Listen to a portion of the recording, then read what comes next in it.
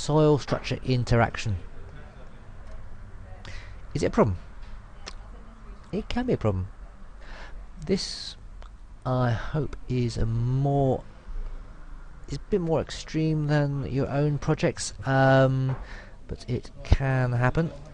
Quite often you find, especially like masonry structures and so on, you'll get cracking and so on. So yes, it can be a problem.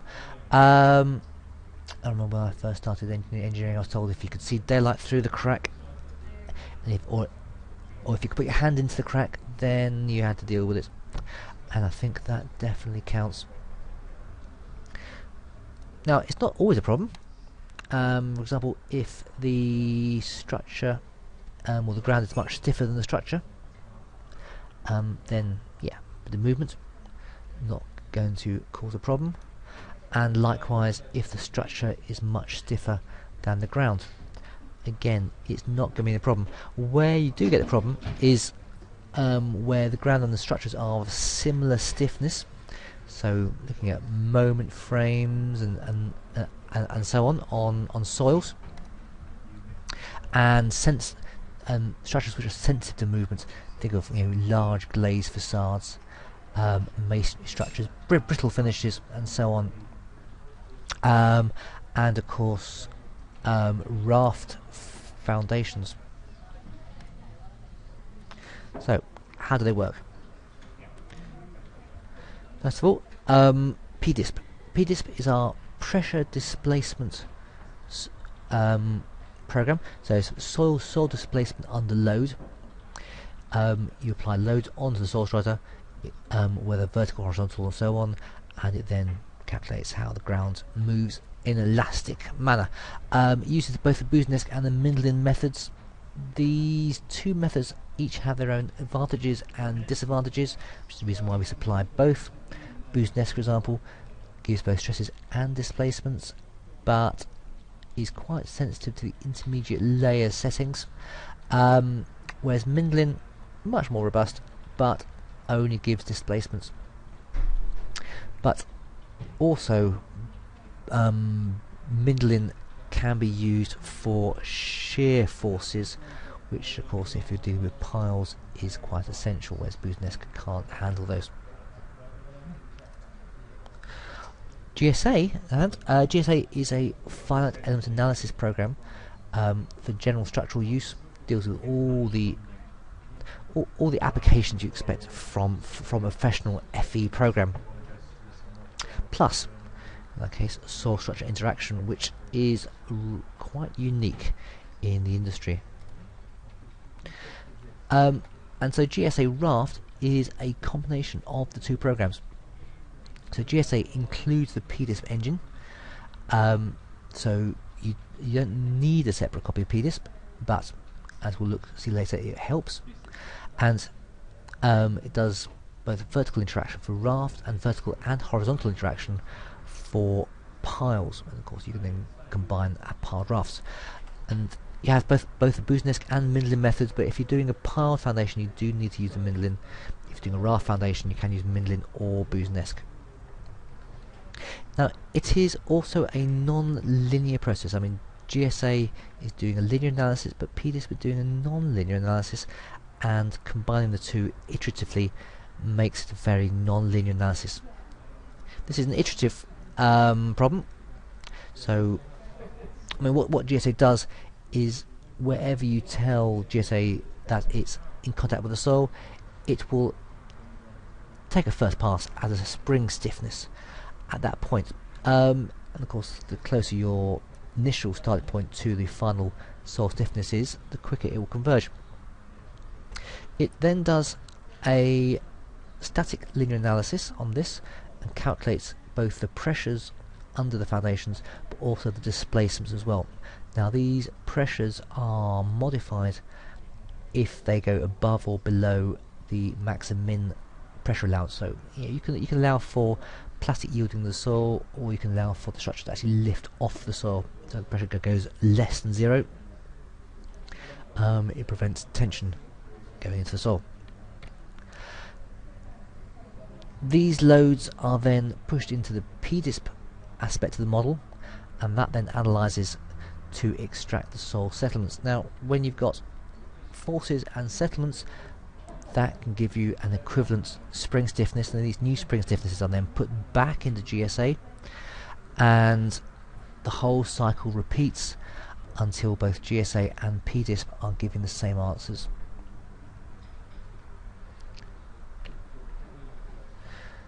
In the soil model itself, you can specify a number of strata, and these strata can have a varying Young's modulus from top to bottom. What is it? Pdisp is doing a non-linear elastic analysis, so it's looking for Young's modulus properties of the soil. You know, also there's a setting for the rigid level, normally bedrock or limit of stress bulb, whatever. If things don't work, this is a common thing to have been forgotten. Just make sure you include that in your analysis. When you have these soil strata, or these profiles, you then assign these profiles to locations or soil zones. Now the soil zones are rectangular, but if they overlap, then the soil profile with the higher number takes precedent over the lower one. So you can set up reasonably complex ground conditions. Bear in mind these strata are stepped, but of course with the ground on your site, you know the ground at the borehole, but as I said, a matter of interpolation which goes between those. I mentioned about the springs on the structure. On the raft we just put a vertical soil spring, well, GSA raft, but a vertical soil spring. On the piles there's a little bit more complex than that, because the piles are dealing with both end bearing and skin friction and lateral forces as well, and so there's quite a lot more to be calculated. To this end, GSA actually puts 3 non-linear springs at each pile nodal location. It shows you one, there's actually 3 there, and so each of these springs act independently but together to give you the soil properties. The forces, of course, are forces on the soil, come from the stress times the contact area. Nice and straightforward stuff. But when it comes to the piles, the stress is a function of the soil strength times the pile soil interaction coefficient.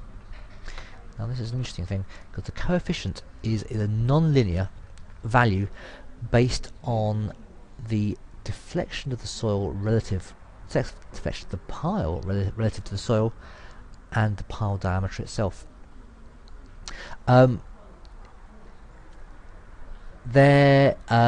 We don't actually apply these curves. You can acquire some example curves from publications such as the American Petroleum Institute RP2A, but there may well be other sources for that information. So that's the theory, the background. Let's have a look at this GSA in action. Now I'm going to start in GSA. You can start in Pdisp, create the soil model, import that into GSA, but this time I am going to create the soil model within GSA first of all. You'll find that the dialogues and tables and everything are exactly the same in both GSA and Pdisp for this. So first of all, I'm going to start at the top, and I am going to specify my raft, rigid boundary level, and I'm just going to take it 30 meters down. I'm going to take 0 as ground level, and I'm then going to set up some soil profiles. Now I have to save you watching me type, I have set up some, I've got a crib sheet here with some values, and you see this particular soil profile, we start at 0 and we've got 3 strata, starting at 0, 10 and 20, with the various stiffnesses, ground gradually getting stiffer as we go down. I'm going to add in another soil profile which is slightly different, and we're then going to step the ground between these two properties. Now this is the soil profiles. We then need to set up our soil zones, and again these soil zones, you see these are rectangular zones, and we specify minimum maximum x, minimum maximum y coordinates, and which soil profiles we're looking at. If I go back to the graphical window and switch that on,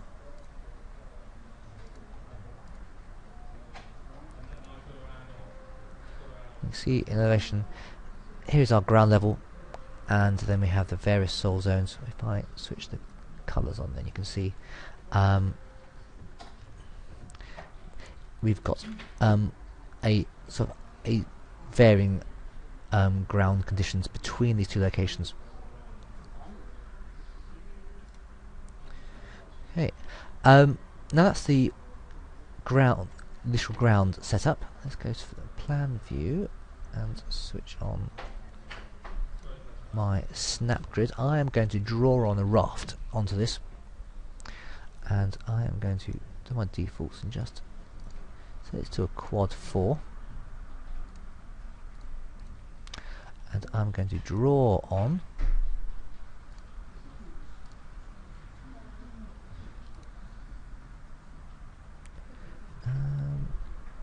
let me see, yes, about that. Okay, and then I'm going to select that, and you see it's straddling the change in soil strata. Let's break this down. We'll split it into, let's say, 8 by 8 pieces. They're about 1 meter square. Oh, I've got a spare node. I need to go to that. Okay, so this is the basic geometry of the raft setup. I need to specify the raft properties. So first of all, I'm going to create a concrete material. Now we do have concrete material supplies, long and short term, but I'm going to use a wizard to do a user-defined concrete material and code-based concrete, and I choose my concrete grade from a variety of design codes supplied with GSA, and I'm going to take a long-term creep value to take into account the fact it's long-term loads on this raft. I'm now going to specify the 2D element properties, and for that, so I'm going to call it slab. I'm going to use a flat shell. The material is going to be this concrete. I'm going to put in, let's say, 500 thick, and because I want to take into account crack section thickness, for simplicity, I'm just going to assume 3-inch cover onto the reinforcements. If you use something like AdSec, you can actually work out the crack section stiffness of the slab, take into account the amount of reinforcement in there, but I'm just going to keep it simple for the moment. So in-plane factor, no voids in the concrete, 100%. Additional mass, this is for additional dead weight in degrees and so on, none. So if we look at the slab and just switch the back to outline, there we can see we have the slab ready to go. Now we also need some loads on here, and keep things clear, I am going to create some some lowercase titles. Dead live, dead imposed, permanent and variable, depending on which design code you're using. And as part of that, I'm going to include in there, under my loadings, self weight of the slab, which is easiest load case you can apply, especially if you have dead load first. And then I'm going to create some point loads. Now I could do the point loads in point loads table, but I'm going to pick 4 nodal points, right click and say create nodal loadings, and dead load, let's say -500.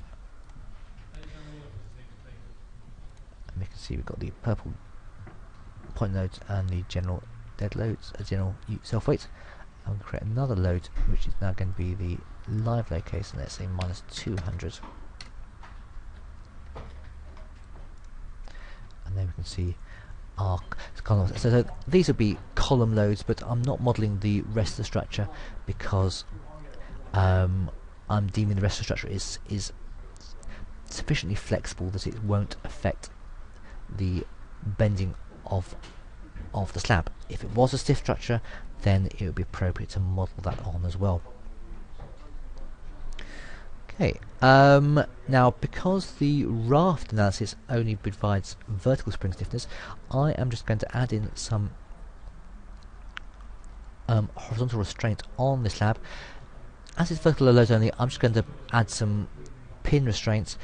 If I had sliding force and so on, I could add in some spring stiffnesses, but I'm just going to add in, modify that node and just say restrain it in the X and Y direction, that's horizontally. And this point over here, we're going to modify that in the Y direction, so this will stop the raft, well, it will make sure that it has stiffness of both a rotational and translational stiffness without actually inducing any loads on those support points. It just deals with the zeros in the maths.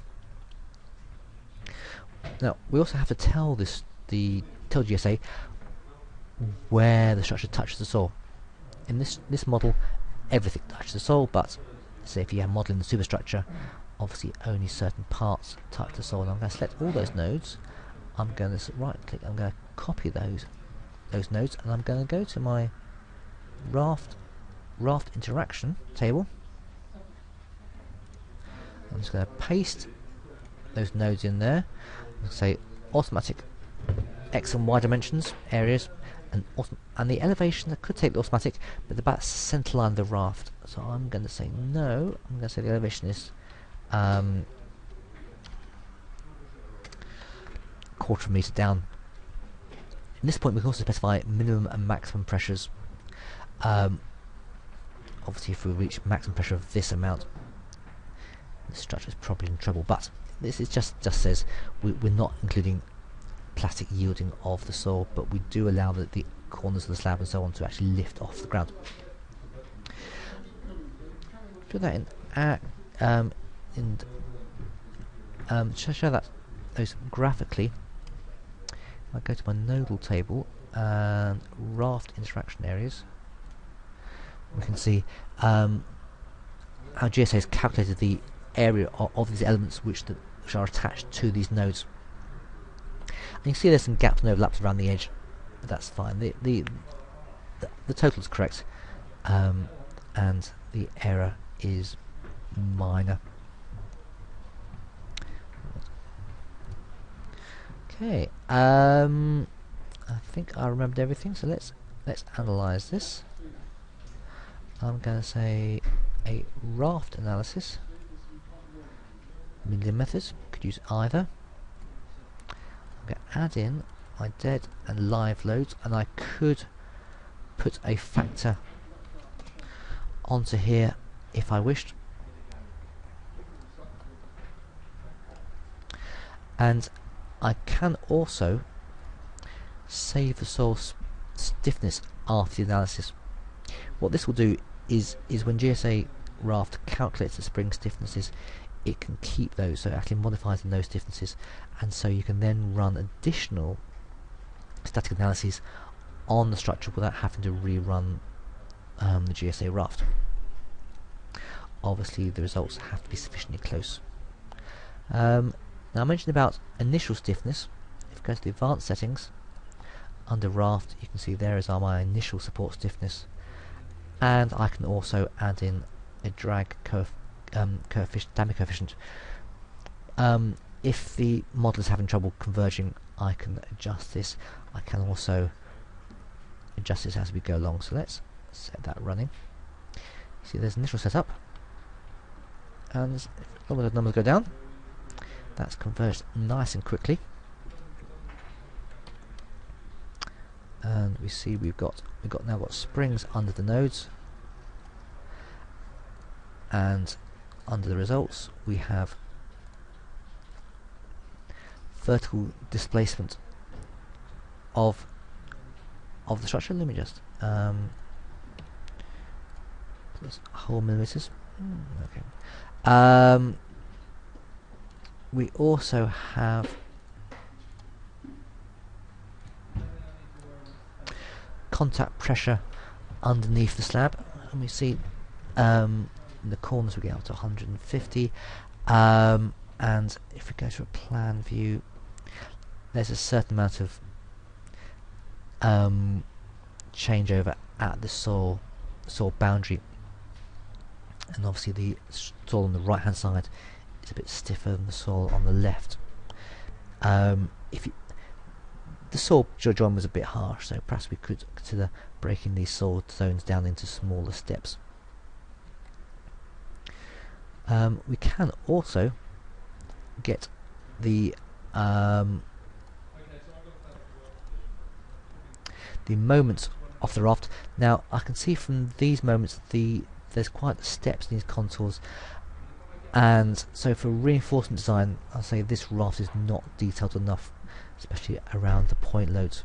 I will need to refine that mesh more to get good results. Though I can hide that by averaging the stresses. But for a raft, for the structural design, I think a finer mesh is called for in this case. Now that's a straight raft, but if we wanted to pile that as well, let's add some piles in. So I'm just going to go for a let's go for a plan view, something I'm doing better.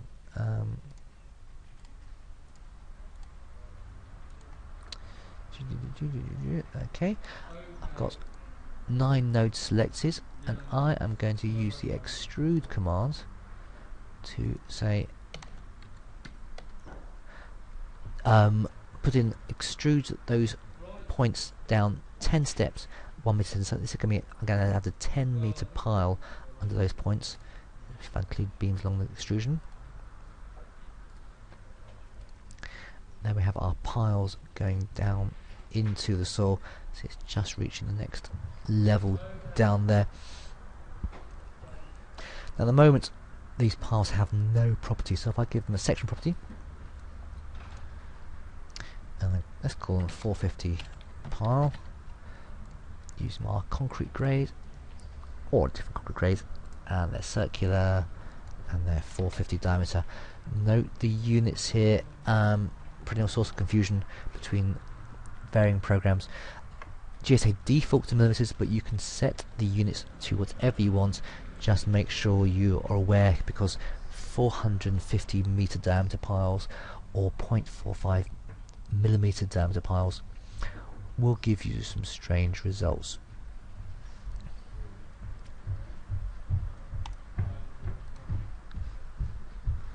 Alright, and if I switch on the solids and switch the soil back to outline, we can see we've got a reasonable looking piles. Pile cap is a bit thin now, but that's okay for our purposes. Now whilst the raft is interacting with the soil, we currently have got no integration with or interaction with the piles, so I'm going to need to select all these pile nodes, and rather than copy this list, I'm going to save these as a list. I'm going to call them pile nodes.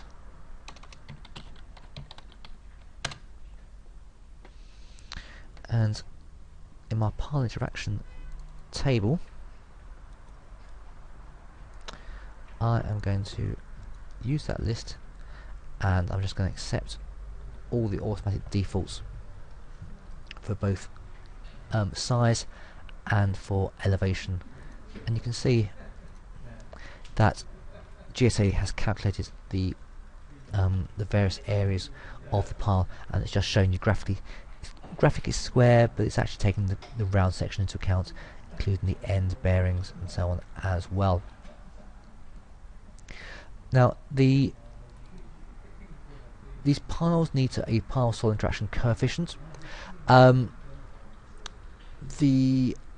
API document has a number of pile soil or PSIC curves for lateral loading, vertical loading, end bearing, you know, PY curves, QZ curves, and so on. I'm going to keep things really simple by just using a single curve.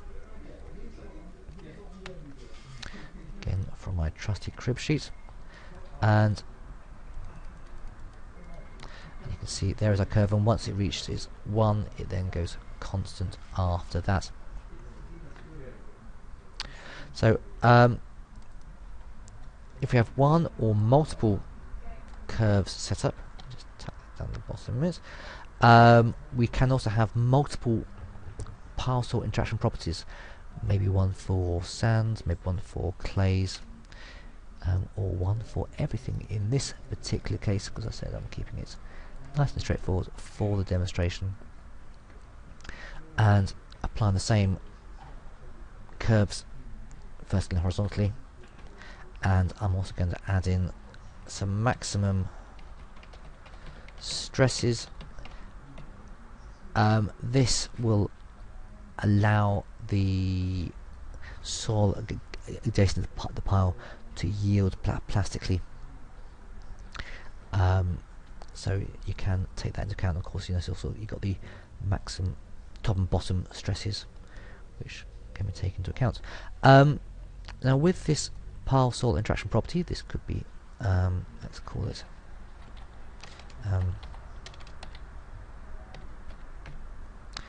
a clay property. I then need to apply this pile property into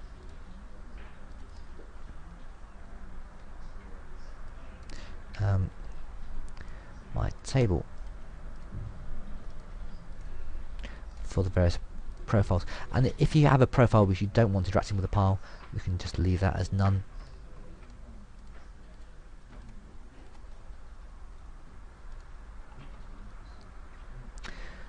Okay, I think we are ready to reanalyze. Oh, apart from the fact that whilst this soil is stabilizing the piles laterally, I just need to add in a rotational stiffness onto these, rotational reaction onto these piles. There won't be any torsion on the piles, but it just gets rid of the zero stiffness. If we analyze this,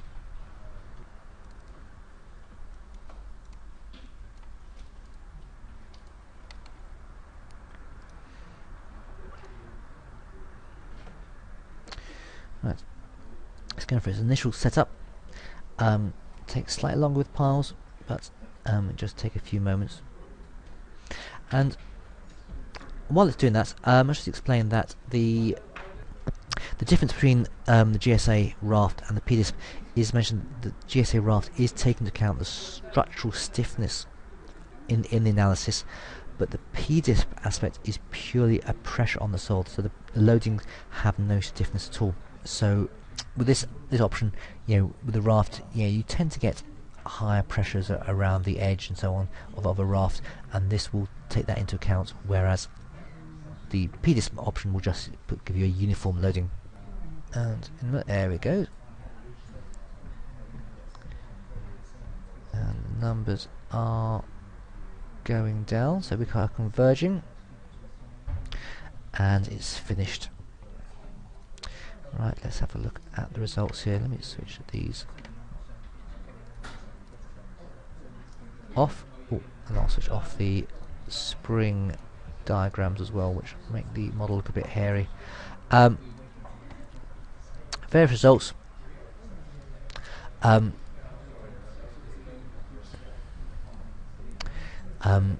Contact pressures in terms of on the nodes themselves, or you can take these results and actually sort of smear them onto the models.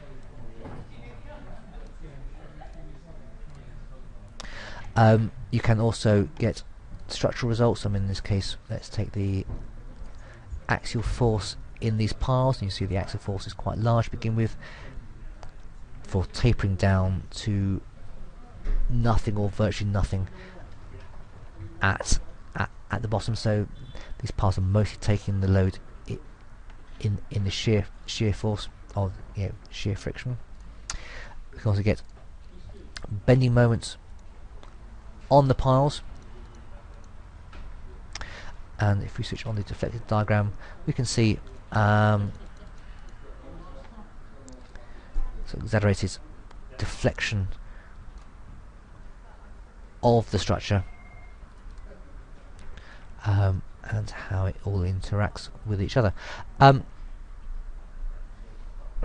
Okay, now once we're happy with our analysis, we can now export this soil structure and these loads out into Pdisp. First of all, let me just save this model on the desktop and then export Pdisp file again onto my desktop, again with the Pdisp model version, and I'm going to start up Pdisp. I'm going to open up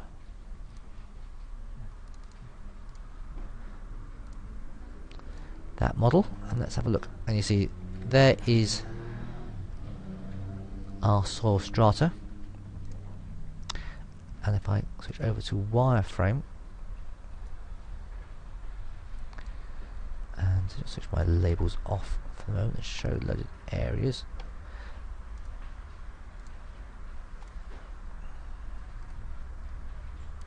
you can see we have the loads from the structure, both the raft and the piles, onto the soil. Now, the advantage of taking these loads into Pdisp is that you can now do additional detailed calculations on what is going on around the structure. And we do this by setting up displacement data, whether points, lines or grids. And let's say a line is a line of some services which is running underneath the structure, or there might be a section which is a tunnel adjacent or nearby buildings and so on. And let's put this running underneath and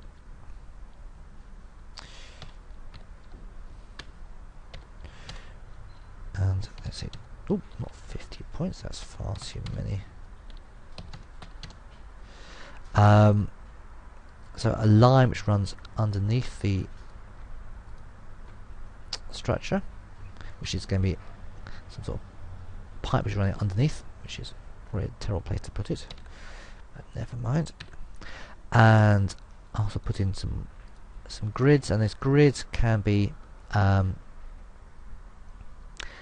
the ground level. Let's just put it in at ground level. And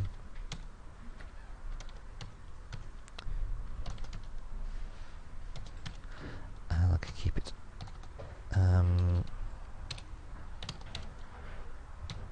reasonably simple, with just 5 points across. This is a reasonably crude grid, but it's okay. Let's make that a bit more detailed.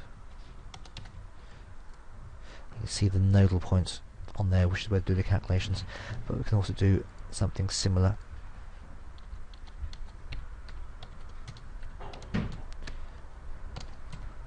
at depth.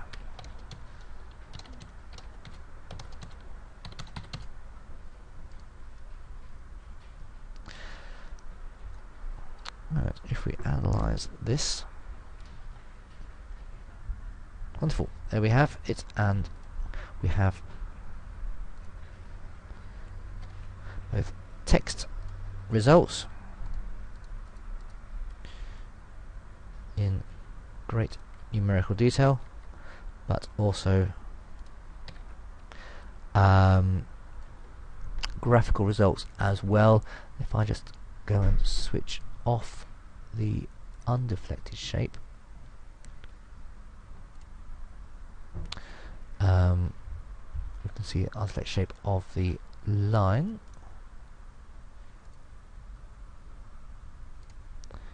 and have the field contour. Ooh, let me switch the loads off as well.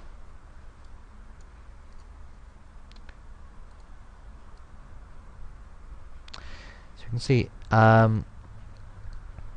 the deflection diagram at the surface and at depth and along that service line. We can also get various other graphs. I mean, there's a separate plan results. There is the tableau we've seen cross section where you can see the strata and the soil column displacement where you specify a point, and it then shows you the displacement at that point with increasing depth.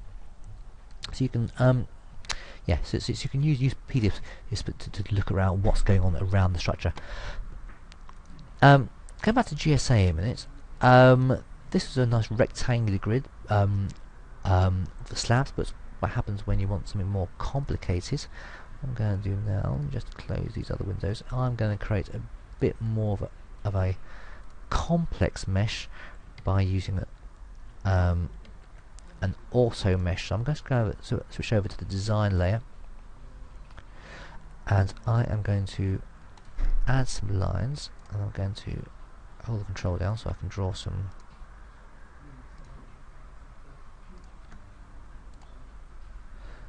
loop. I'm saying it's a loop, and switch my nodes on. You can see it's going to be relatively interesting, and I'm going to select that area, and I'm going to add a region. I won't edit it for the moment, and if we mesh this region,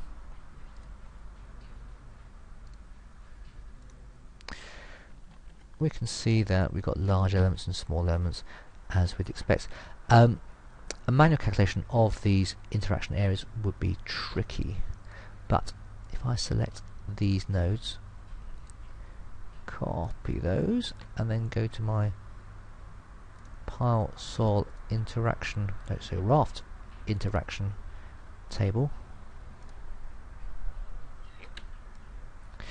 you can see that GSA can calculate the interaction area for each node in the structure. Now there's an alternative to that, is in the mesh generator can actually create a soil interaction as part of the mesh generation. So if I go to my region settings and just double click to edit that region, and I'm going to say this option down here, create soil spring supports under every 2D element. If I regenerate that mesh, you can see we've now got a centralized spring under each 2D element, which is then tied onto the that element using constraint equations. And there's also a calculation of the interaction area, and we can see some examples down there. Now, if you've got a mesh and you haven't used the automatic creation of this, let me just recreate that without the soil spring.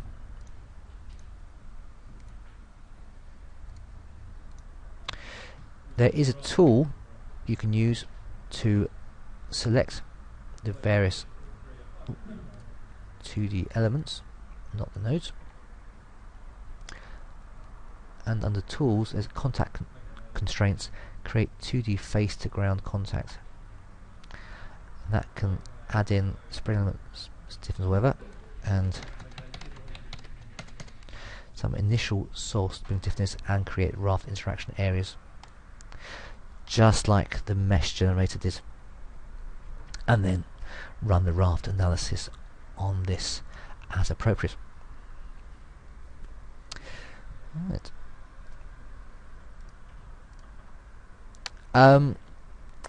Quick case study,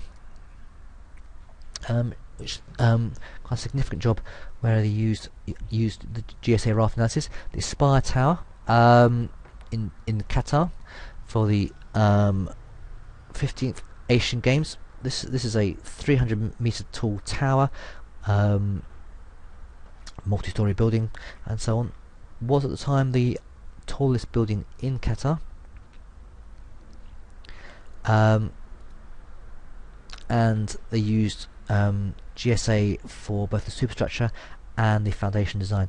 Started off with doing just a raft, and then when they learned more about the ground conditions, they realised they needed to do a piles condition, piles to strengthen the raft, and they used the GSA raft analysis to actually design this whole structure. And you see there's another example down here where they used GSA to do a deep beam plane, well, axisymmetric analysis on the base slab.